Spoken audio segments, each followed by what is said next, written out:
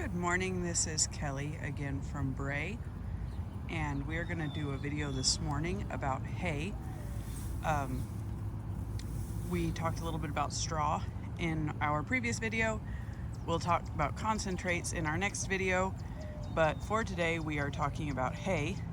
And as you can see here, my little donkeys, we've got a little mule in the background, sitting here enjoying their hay, their teff hay this morning out of their slow feeder bag. And then we've got the little lamb here as well. A couple of things that I want to cover before we start getting into the different types of hay. Number one is that hay is not necessarily a feedstuff. Hay is a process. So when somebody asks what you feed and you say, I feed hay, that doesn't really tell us what you're feeding. So the process of making hay is you get a forage plant, be it alfalfa, Bermuda, teff, timothy, orchard, clover, anything like that. You have that plant, you cut it when it's near maturity, you allow it to cure, which here in Yuma means we just leave it out in the sun to dry, and then it's stored in some manner. So to most of us that means it's put in bales. In some cases, it's just put up loose, very rarely at this point in time, but some people might do that, or it's put into pellets or cubes or something like that to store it. So again, if you say, oh, I feed hay, that can mean many, many different things. And if it means you're feeding Bermuda hay, great, that's probably what your donkey needs. If it means you're feeding a couple of pounds of alfalfa hay a day, you probably are overfeeding your animal. So there's also a difference here between hay and pasture. As you can see, the lamb here, she's living in that's a Bermuda pasture, but you'll note the donkeys do not live in the pasture. The donkeys live on a dry lot and are given hay. And the reason for that is that when they're given hay on a dry lot rather than allowed to free feed in the pasture, they are more restricted as to how much they can eat. So obviously they can only eat as much as I feed them. I do feed them straw, you can see a little bit on the ground, to busy themselves and keep their stomachs full throughout the day, but they get their hay twice a day, a limited amount in a slow feed bag. Whereas the lamb has free choice on this pasture that she's on. Again, very similar plants, Bermuda and teff.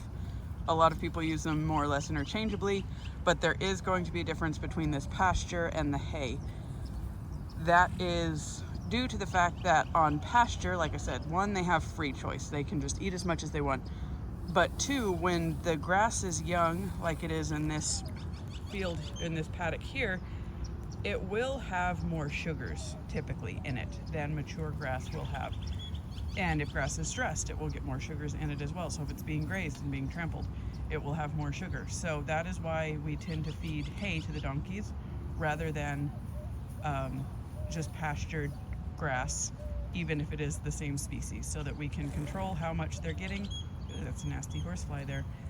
And so that they will have an opportunity to have some plants with slightly less sugar. So again, hay is a process, very much like saying flour. Oh, I've got flour. Is that wheat flour? Is that almond flour? Is that rye flour? What kind of flour do you have?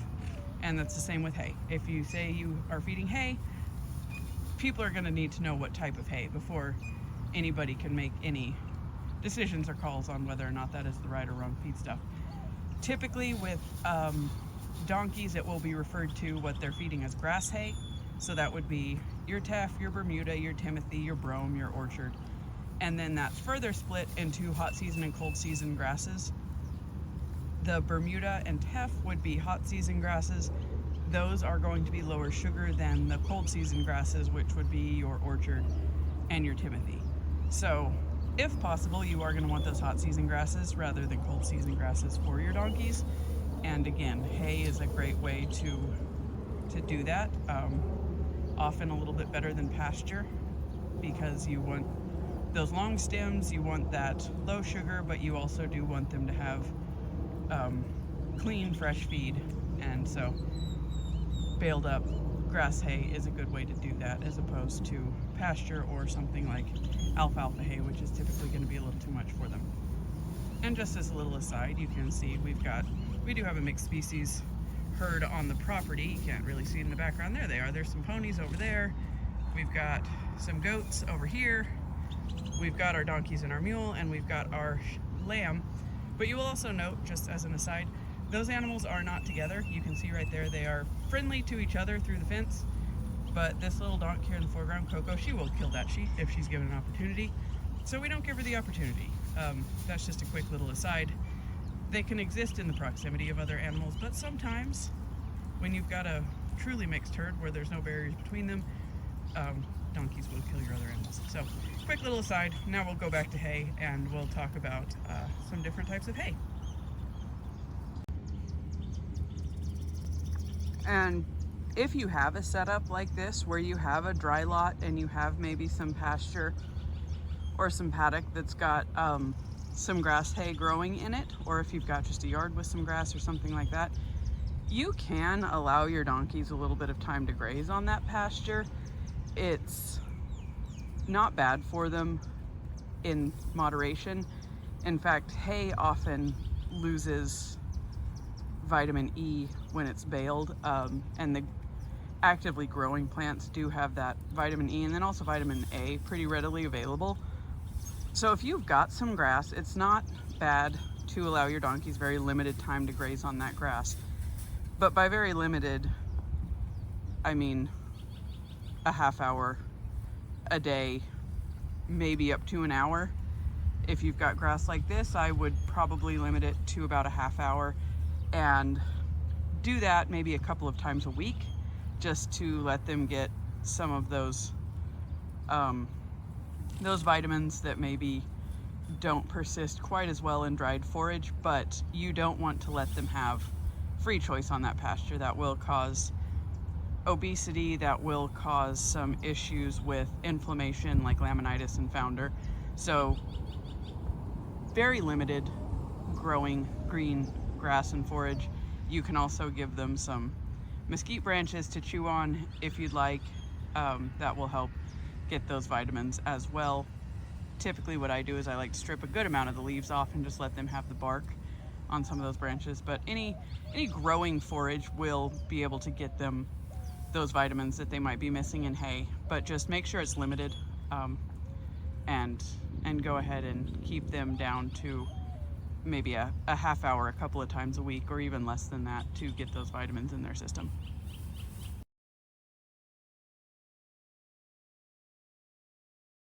Out here, we've got a teff field.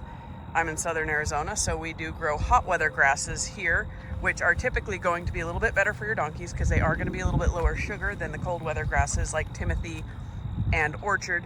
But here we've got teff. In Yuma, we grow a lot of Bermuda, a lot of teff. We also grow alfalfa. We'll talk about that a little bit later, but that's typically not an ideal feed stuff for most donkeys. Not all, but most. And so, again, this is a teff field. This is obviously a grass, a hot season grass. It will be harvested a couple of times throughout the season. And the difference between grasses and hays and straw is that, again, the grasses, like we mentioned in the straw video, the grasses have the complete plant and they're not fully ripe. The grains are not fully ripe. And I say grains, you can see here this teff has heads on it, and some people do use teff flour. They actually do harvest teff for grain, but you can see that is a very small little seed, so it's not typically done all that much in the US. But anyway, so these grasses are used as forage, and the reason that these grasses have more nutrition in them than the straw is that this, like I said, is very close to harvest. I wouldn't be surprised if they come in the next couple of days and harvest this. So you have the full plant here that you're feeding. You've got all of the leaves, the stalks, the grass. It has not put all of its nutrition yet up in these seeds, but even if it had, you're still feeding the seeds. So you're going to have some more calories, some more protein to go with that fiber. And once more, they will cut this about at this stage and let that cure out in the sun. We've got some nice hot sun and some nice dry weather to prevent any spoilage here on this hay. And they'll cut that, they'll let it sit out in the sun for a couple of days to dry out. They will rake it into windrows and they'll bale it up for you. And this is where you get all of your beautiful teff grass for your donkeys. I do want to also mention real quick that your growing practices will impact the nutrition of your hay and your grasses. This particular grass is grown only in the summer. It is grown in an irrigated field, and that field is used in the winter to grow produce. These fields are fertilized. They often will put composted manure on them. They'll disc in any old plant matter from the harvested vegetables or what's left over of these hay crops. So that is going to affect the nutrition of your hay, just as if you are growing dryland hay that's just growing with what nature is giving it. So you are going to have a little bit of a difference between fields where they're pushing some fertilizer, they are irrigating and things like that, and some fields where you're just putting out seeds and letting the rain do its thing. You'll also have a bit of a difference between the soil types. This is Colorado River floodplain. This is silty loam soil, and that's going to be different than a sand or anything like that as far as what those plants are able to take up with regards to nutrition. So your soil type does matter, your growing location does matter, and how it's farmed does matter as far as what the nutrition is in your hay. So not all hay is the same, even if it is the same species of plant. So keep that in mind. That is why folks like to do hay testing. And typically if you get it all from the same grower, it's going to be more or less the same. Most growers are growing kind of in one sort of geographical area.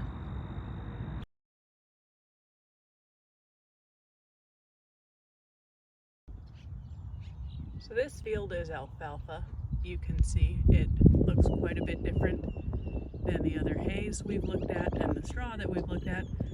And that is because alfalfa is a different class of plant. Alfalfa is a legume, so it is in the same family as peanuts or lentils or even mesquite. And alfalfa as a legume is going to have a lot more calcium and a lot more protein than your other hays, which is why generally, because donkeys are so efficient, we do want to stay away from that a little bit. And not always. There are some cases where you might feed a bit of alfalfa if you've got an animal that's working really, really hard, or if they are about to foal, or if they're nursing a foal, they might need a little bit more of that calcium and a little bit more of that protein. Again, that doesn't necessarily mean you feed them a whole ration of alfalfa. You might just feed them a handful of pellets, or you might feed them a little corner of a flake, just a couple ounces of it, just depending on what their needs might be. But generally you're going to largely stay away from alfalfa for the donks. Horses, performance horses, will eat alfalfa a little bit more. It might have some, well, it does have some benefits for their stomach, for their digestive system, to help buffer some of that acid. But again, generally donkeys don't need alfalfa. If they do get it, it's in pretty small quantities. But yeah, that is alfalfa, and that is how that looks. And like I said, it's going to be a little bit different than everything else we are feeding to our animals. Here we are a week later on this same alfalfa field, so you can see that they've gone around and they've cut this alfalfa, and we are now at the step that they refer to as curing, which is just a very fancy way of saying they cut all of this and then they leave it in the sun to dry. It's about 105 degrees today and it's pretty dry here in Arizona. So they'll leave this here for a couple of days. They might rake it and turn it over, and then they'll go ahead and rake those into windrows like you saw in the straw and bale it up. But this is a really essential step to your hay, is to allow it to cure in the sun, to dry. If they bale it when there's too high of moisture content, it will mold. Another issue is that it will, if it's got too high of moisture in it, spontaneously combust. So especially if you've got like Connex or shipping boxes that you keep your hay in, or anything that doesn't have good ventilation, or if your hay gets rained on or gets wet, you're going to want to be really careful to avoid that. Not only, like I said, will it mold, but that moisture in there will cause it to start to kind of compost, and it will spontaneously combust. So if you've got, and alfalfa tends to do that more than other hays, but if you've got any sort of, like I said, storage that is an enclosed barn or a storage container or box like that, you do want to make sure that you've got some good ventilation. You've got some whirlies on the top to let some of that heat escape. We actually just about a week ago had our Tractor Supply start on fire here locally because a stack of alfalfa out back burned up. So again, it's not a super uncommon thing. Doesn't happen all the time, but it does happen. It's not unheard of. So aside from keeping your hay quality good, you are going to want to keep it out of any moisture. You do want it good and dry, not too dry, but the appropriate moisture content when you bale it, and keep it dry, keep it tarped, keep it under shade or a shelter to make sure it doesn't get rained on so it doesn't start on fire on you. But anyway, like I said, that's alfalfa. It's out here curing. You saw it growing in the previous clip, and now here we are a week later. We're letting that dry, and they're going to bale it up.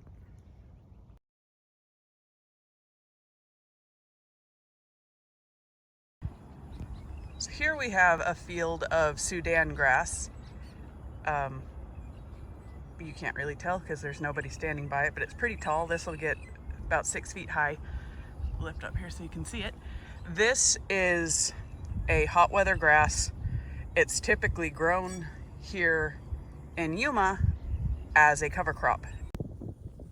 So this is the Sudan now that it's been cut. One of the ways you can tell Sudan apart from other forages is you'll note it's got these really wide leaves, significantly wider than anything else you're really going to see in a forage. Like I said, it's fairly tall. These little side plants are not very tall. They're still about 4 feet high. And it's got a fairly coarse head to it. So we've got some pretty decent sized seeds in there. You'll notice it's a lot bigger than the teff or anything like that. Sudan, and again, this is all harvested. It's in these windrows in the right over there. You can see they've baled up some of it. They just haven't finished up the rest of this field. We do suggest you not feed Sudan. And Sudan, like I said, it's a hot weather crop, hot weather grass. Here it's used as a cover crop for our vegetable fields largely. Many farmers just disc it back in because it's good for nitrogen in the soil. Some will bale it up like they're going to do in this field. The reason we suggest you do not feed Sudan to your equids is because Sudan, if it is stressed, so either heat stressed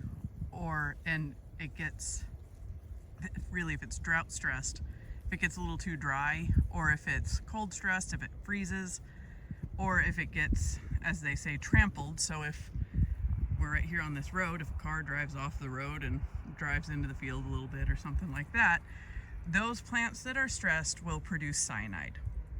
And it can produce cyanide in a large enough volume that if, again, let's say a car drove off into the field right here and you bale it up, that will have enough cyanide potentially in that little portion to cause adverse health effects for your animals, and it could also be deadly. So typically when this is used as a forage, it's used in industrial cattle feeding operations. And what makes it so that they are okay to take that risk, that they're willing to take that risk, is that those bales, and again, you can see out there we have those half-ton bales, those are going to be fed into a feed mill where they're going to be milled up with lots of other forage, lots of other Sudan, alfalfa, straw, what have you. And then they're also going to be mixed up with a lot of concentrates, a lot of grains, corn, soybeans, anything like that. And so the amount in that ration that is this Sudan, one, is fairly low, but two, if you have an area that is problematic, say a car drove into the field, that's going to be batched together with truly tons and tons of other forage and other feedstuffs. So it will be diluted to the point where it's probably not hazardous to those animals. And if it isn't, if they are feeding bales of Sudan to, say, roping calves or something like that, and they die from cyanide poisoning, it's a financial hit, but it's not a pet. They don't have a love and attachment to those animals, especially in a feedlot or something like that. They're insured. They've got a death loss rate figured in. It's a bummer to them, but it's not going to be devastating. Whereas if you get that flake of hay that's been run over, been crushed, had a high spot in the field, so it was dry and got a little bit of, say, drought stress on it, and you feed that to your animals, one, it's not going to be diluted with anything else. It's going to be that flake of hay that's got cyanide in it. And two, obviously, if that kills your animal, your donkey, your mule, your horse, your equid, whatever, those animals are your pets. And so you're going to be more emotionally invested in them. You're going to have invested a lot of time in training and things like that.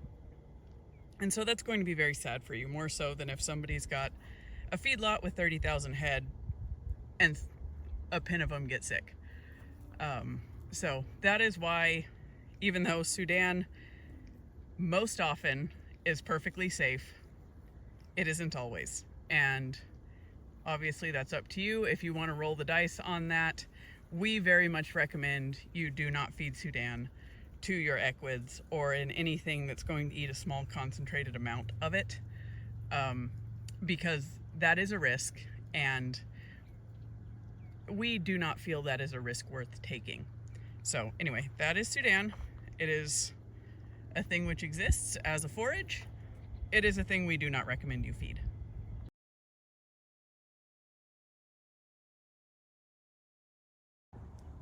We'll just do a quick little blurb also about hay storage before we go. We talked about making sure you've got a lot of ventilation where your hay is, and also that it's kept dry. Additionally, you want to have that hay up off the ground. Some people put it on the dirt, and you can do that if that's what you've got. That's your place to put it.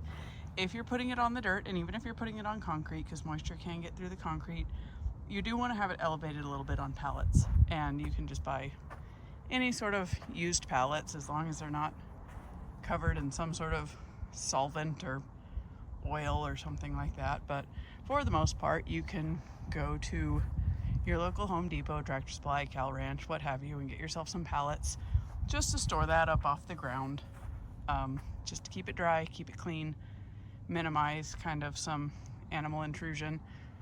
Obviously, you want to largely keep your dogs away from it so they're not peeing on it or anything like that. And yeah, just make sure you've got it, if it's going to be raining, you have it tarped or you have it covered. And if you're going to have it in an enclosed area, make sure that enclosed area is well ventilated so that it doesn't get too hot. And make sure it's up off the ground. Like I said, if you're in the dirt, that's okay, you can do that. Just put it up on some pallets to keep that a little bit cleaner. And if you can, try to divert any water away from it. If you've got drainage or anything like that, dig a little trench, put some sandbags, do whatever you have to do to make sure that those bottom bales don't get gross and moldy. And if they do, go ahead and discard those, put them in your compost pile or in your garden or anything like that. So this here is something that can happen in hay. It's an unfortunate event, but this is, or it rather was, a ground squirrel that ended up somehow in this bag of straw. And once again, hay is cut, baled, processed outside, so it's not super unheard of to have a creature that gets baled up in your hay. If that is the case, discard at very least that area of hay immediately adjacent to that creature. You can get all kinds of things. Obviously, you can get E. coli, salmonella, anything like that that comes from the digestive tract of that creature. You can also get things like botulism from that. If it's a snake, there can be some venom that could be consumed depending on the type of snake. So this is just your reminder when you're dealing with hay. Yes, you might have a little creature that ends up in your hay. That is just par for the course. Shouldn't happen often, but it does happen on occasion. Birds, rodents, squirrels, frogs, what have you. Go ahead and discard that hay that's in that area. This I ended up having to scoop out and throw away because I don't want that in my donkey's feed. So it's the end of this bag here, and we'll just throw out the rest of that bag because I don't know what's been in contact with that little fella. But this is just your reminder, if you find creatures in your hay, go ahead and throw that away. You are going to want to discard that hay that is immediately surrounding whatever the creature is.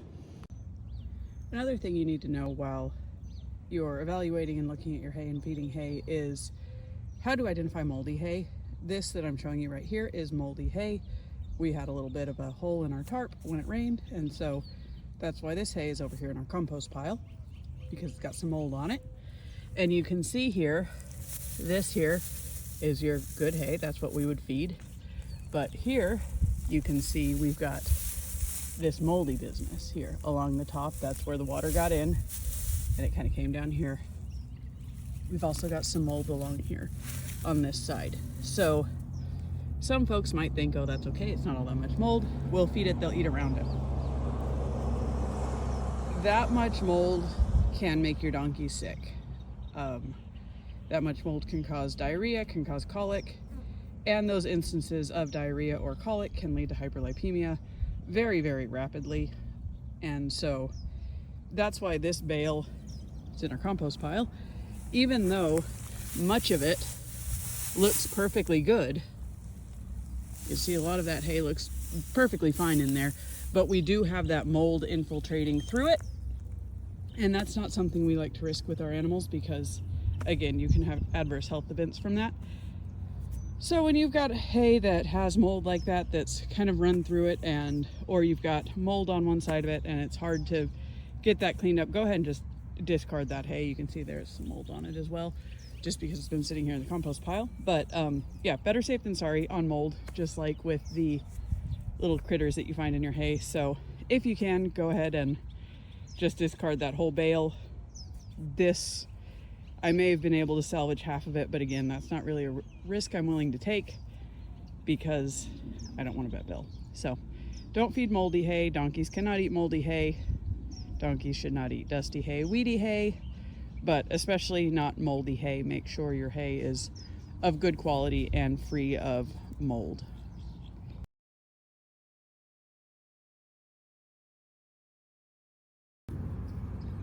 So that is the quick and dirty about hay. We're just going to show the goats here for a while because they are peacefully eating. They're not being chaotic at the moment.